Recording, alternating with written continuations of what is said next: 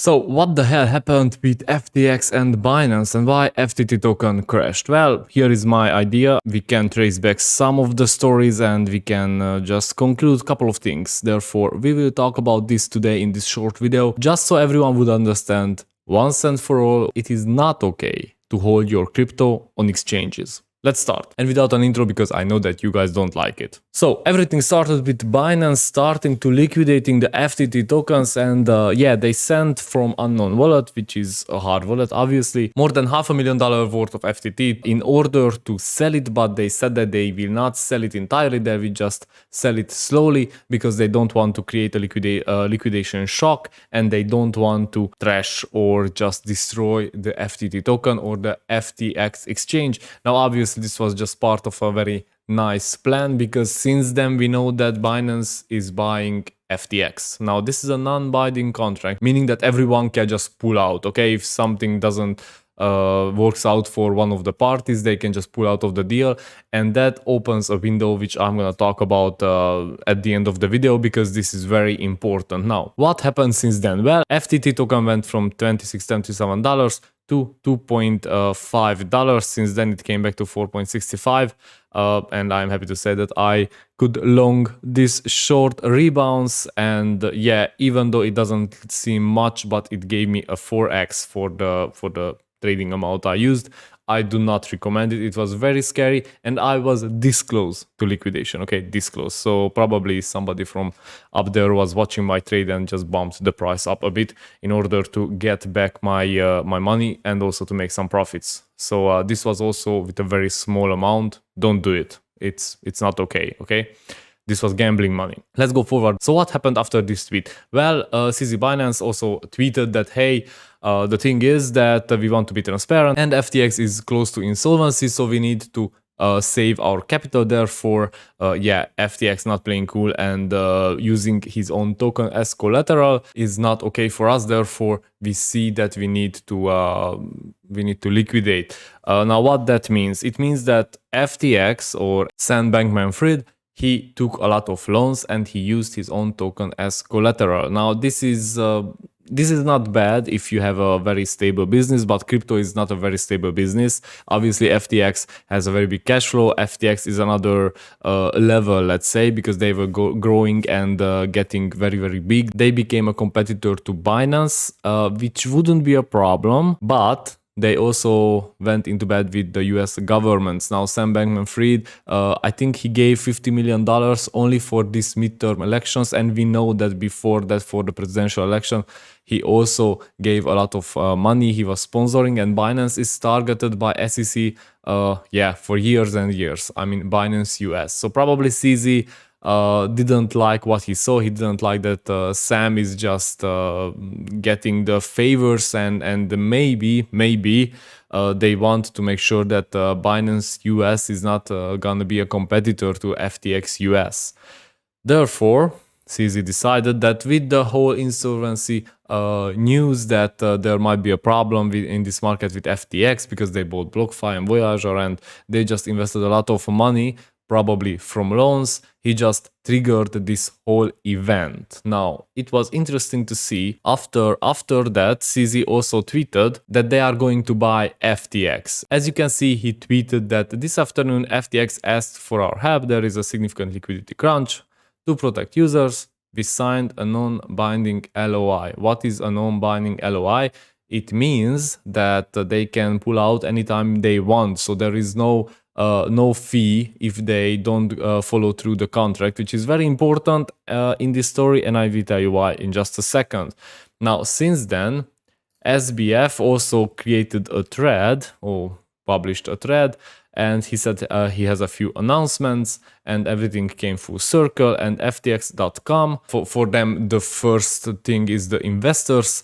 Therefore, they want to make sure that everybody gets back their money because they are backed 1-to-1, meaning that they have the same amount in the reserves as they are offering on the exchange, which is hard to believe, to be honest. One, they have a lot of loans, for example. Second, they are in insolvency rumors for many years. And third, they cancelled or blocked or halted the withdrawals. I don't know if they are back yet, but yeah, things are not looking great. He said that his team is working on clearing out the withdrawal backlog. Obviously, a lot of people just triggered withdrawal on FTX because they were thinking that it is going to crash and it will just take all the funds with it.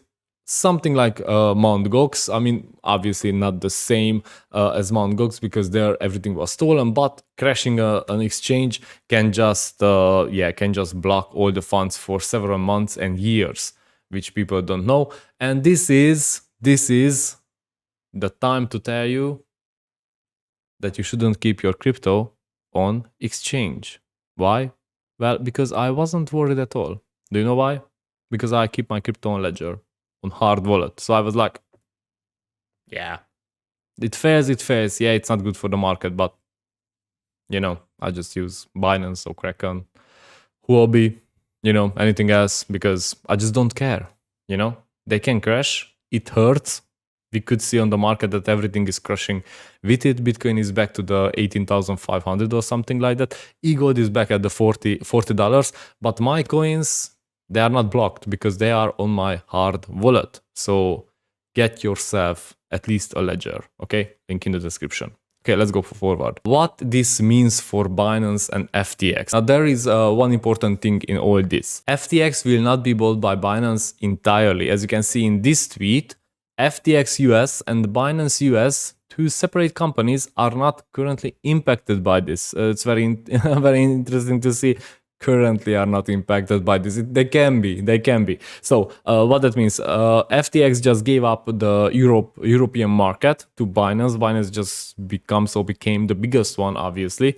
Not that it wasn't the biggest one, but now they have like a huge market share. FTX US will stay as it is. Now, why this is important for SBF, for Sam? It is important because obviously the SEC and Fed will help him. He's very good friends with politicians and with the government from his sponsoring or election sponsorships.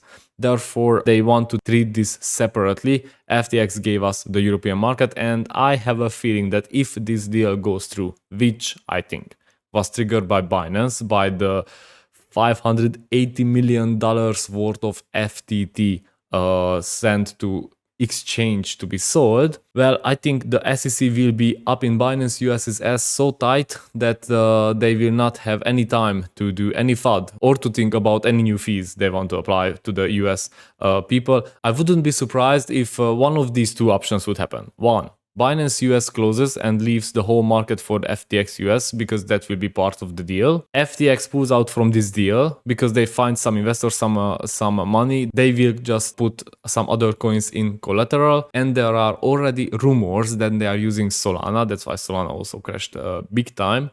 And everything goes forward as it is, and FTX just takes the hit. Now the thing is that FTX was probably insolvent before this whole thing happened, so I don't know how they can save the situation.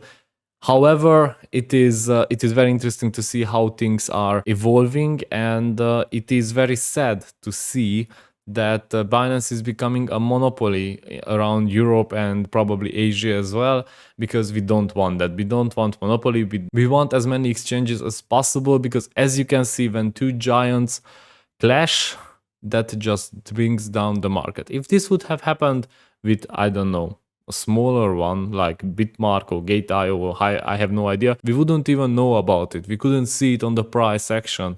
And that's what we want. Now, what can we expect from this situation? Well, I don't think that we can expect FTT to return to $22. Maybe in another bull run. FTT is back to 4.6 right now, and that is the same level as it was before the bull run that was 2020 December.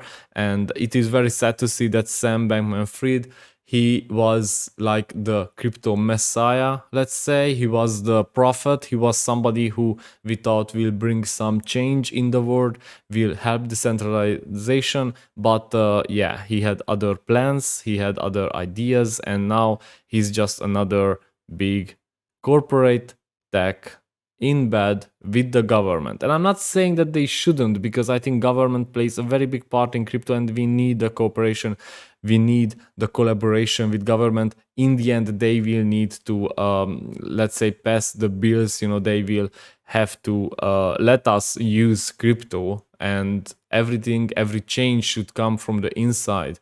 But when you are just doing everything for your own company and you just don't care whether you hurt or not the whole ecosystem you're in, yeah, these things happen. Thank you for watching, subscribe and like this video if you like the content. See you in the next one.